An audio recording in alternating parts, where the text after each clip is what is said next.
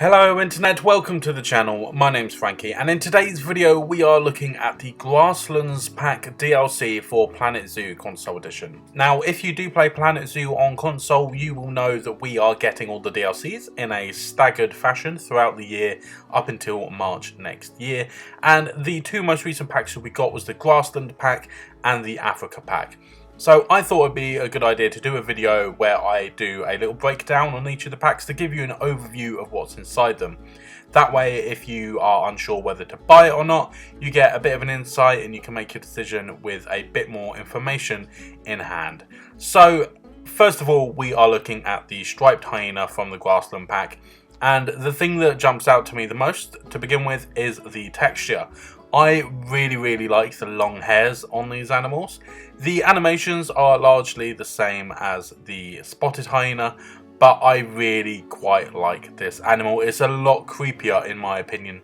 It kind of reminds me of a werewolf, and I'm not entirely sure why this type of hyena does, but it just does, I guess. So I am quite happy with this animal. I am happy with this joining the Grassland pack. I think it's going to make an excellent addition to our zoos. And what I've done to demonstrate all of these animals is I've opened up our franchise mode zoo, Floki Wildlife Park, and I've opened it in sandbox mode. Then I've removed a bunch of the animals and replaced them with the animals from this DLC. These striped hyenas are in the spotted hyena enclosure because, well, it's perfect for them. So, yeah. Now, let's move on to the next animal. Next up is the blue wildebeest, and once again something that jumps out straight away is the texture of the hair. I really like the fine looking hairs under the chin and the mane kind of thing that goes down their back. This has been put in the habitat replacing the black wildebeest, and I've got to say I much prefer this type of wildebeest. This specific species is the type that I automatically think of when I'm thinking of the huge herds that are traveling across the Serengeti in Africa. These are the exact types of wildebeest that I'm thinking of. So I am really happy to be getting these in game. I think they are gorgeous. I love the contrast between that really dark stripe down the middle of their face and the mane on their back to the slightly lighter fur that covers the majority of their body. I also quite like the slightly darker stripes that you've got running down the body as well. I'm just overall quite a big fan of this wildebeest, and I'm very happy that we've got it in game. Now it's over to another carnivore, and that is the Carac Cow. Now this is a species of cat that I'm not that familiar with personally, but I quite like it. It's very similar to a lynx, as in they have the very triangular ears with the pointy tufts on top of them, but they are a little bit taller, more slender, whereas a lynx is quite short and stocky. I have specifically had somebody ask for this animal in the comments section of one of my previous videos, so there is a chance you'll actually see a habitat being built for this animal in Primate Isles sometime soon, because I think having a slightly smaller cat would be a really good way of breaking up the kind of pattern of just loads of primates for that video series. So let me know if you'd agree, if you'd like to see a habitat build for this animal, and we will get that sorted. One of the animals that I was personally really looking forward to was the 9-banded armadillo, and they don't disappoint. They are so cute. I love the way they just plod about. They're just great fun to watch. They're generally really quite funny. I also really like their sleeping animation because they slightly curl up and lay sideways on the floor, and they also have some pretty cool enrichment items, which I'm not sure if they were specific to this pack or not, but they have a natural termite mound, which is really cool. It's a nice alternative to the very, very man-made looking termite mound. It's a really cool alternative to that. So that's an excellent addition to our zoos. They are super duper cute and just great fun to watch. Now for an animal that has always fascinated me, and that is the maned wolf. And the main reason pun unintended there, but the main reason that I've always loved these animals is their weird proportions. Their legs just seem so unnaturally long and they have such a weird gait. I'm a big fan of these animals and I'm very excited to see them in game. They've also got some pretty nice animations. I mean, look at this head scratch, very cute. And they get to have a variety in their diet, which is pretty cool.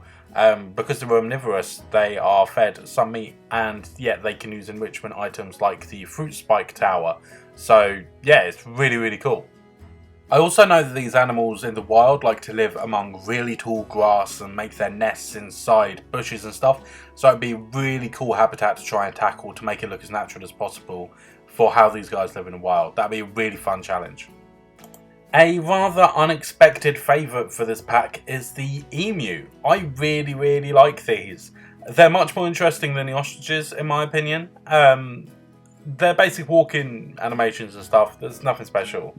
But when they run, they are so funny. I really like how they lean forward so much. They get their head really low. It looks like they're trying to make themselves as aerodynamic as possible. It's just something really funny to watch. I also like that one of their enrichment items is a disco ball. That's pretty cool. I mean, come on. And I think it's a really good start to having an Australia kind of theme. Having the emu and the wallaby, which we'll see in a minute. And we also have the wombat from a previous pack. I think we're well on our way to be able to have, having like a really small Australia zone, which would be really cool. Now it's time for a completely unexpected favourite, and that is the wallaby. Going into the Grassland pack, I thought that my favourite was going to be the 9-banded armadillo. As I said previously, I really like those animals, but these guys are so charming. Their range of animations is gorgeous. I love how they just stand like really tall, kind of like a meerkat, and survey their area. And then they could just crouch down and snuffle the ground or hop about and kind of... I like how they shuffle when they turn around. It's not big steps or anything. They kind of just shuffle on the spot to turn. I also really like the basic hopping animations. I just love everything about these animals. They are great. So you can definitely expect to see these guys in the future, because I'm really excited to do stuff with them. They are so cool, and when I put them in this habitat initially, 2 of them escaped. I didn't even realise, because I went off to film the other parts of the zoo, and then I got here to film the wallaby stuff, and they were just missing. They were just completely gone. I think one's turning up about now, actually, because they were in the deer enclosure, which was pretty funny. They'd made their way over there. Which makes sense. It's a grassland kind of habitat, isn't it? They're going to like it over there. He can see him delivering one straight away. And this guy is very excited to be home because he jumps straight over that railing, which I really like. You can see him standing up tall, like I said earlier. The male wallaby seems to do that quite a lot more than the females, which I quite like. I don't know if that's just a coincidence or that was actually planned. Either way, I quite like it. See, look how tall he just jumped over that. Really cool. So yeah, very happy with these guys.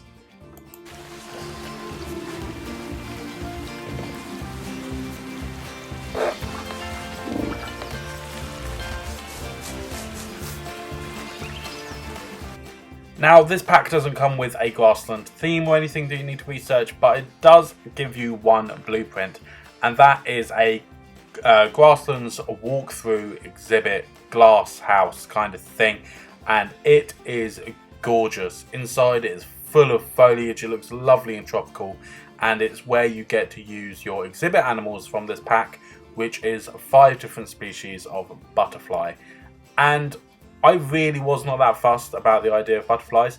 I like the idea of having more walkthrough exhibits just because that's a really cool thing to have, but I wasn't that fussed by the idea of butterflies. However, once I got them in and had a closer look at them, I was absolutely blown away. The level of detail on all of the patterns of the wings and stuff, these animals are gorgeous. And I think that there is a really good opportunity to make some beautiful stuff in our zoos for these guys. I want to try and make my own tropical house at some point. Whilst playing about with this, I kind of had the idea to mimic something similar to this, but not have those concrete borders on the floor, so that you could have some free roaming Indian peafowl in here as well. I think that would work really nicely. So that might be something that we see in the future. I'm not sure if you can combine walkthrough exhibits with actual habitats, so it's something I'm going to have to play about with, but this area in general really inspired me. So yeah, we're thinking peafowl in there with the butterflies. That might be coming soon. Either way, I am really happy with this butterfly house, and I am really surprised at how much I like the actual butterflies. And aside from that blueprint, we do have a few building pieces. We have a bunch of butterfly signs, one for each of the species that we have, and I really like these. You can just pop them in like plant beds and stuff. We also have signs for each of the animals that we have in this pack, and I really like the style of these signs. It's very illustrative. It feels like watercolor paintings, and I really like these. I'm a big fan. So I can definitely see myself using these to create some custom signage out the front of habitats for these animals. We also have an adorable little armadillo statue. We always get a statue of one of the animals from the pack, and I'm very happy it's the armadillo. And we've also got a pole, which will be really useful for doing some building stuff in the future. So yeah, very limited, but I am very happy with the signs that we've got at the bare minimum, and I'm overall quite happy with this pack. Not only do we have, like I just said, some gorgeous signs, we have that amazing butterfly house blueprint and a new type of animal for walkthrough exhibits, and the animals that we got for the rest of the pack, I really like them. There's not a single one where I'm just generally quite disappointed. I am happy with all of them. I think the textures in particular are really quite impressive. The hair looks gorgeous, and these animals have quite a lot of character to them, and I'm really looking forward to using them in my zoos. If you want to see any of them in particular used in a zoo, let me know, and we will try and get them featured on the channel at some point in the near future. If you want to see a video just like this done for the Africa DLC, let me know in the comments, and maybe I will continue to do this for the DLCs that we've already got on console, like the Aquatic and Twilight pack and the European, and what was the other one that came with that? The Wetlands pack. Yeah, we might do those in the future if this is of any interest to you at all. But we are at the end, so thank you for watching. Thank you for giving it a thumbs up if you did, and maybe subscribe to the channel if you want to see more videos like this appearing in your subscription feed. Thanks for watching, and until next time, I'll see you later.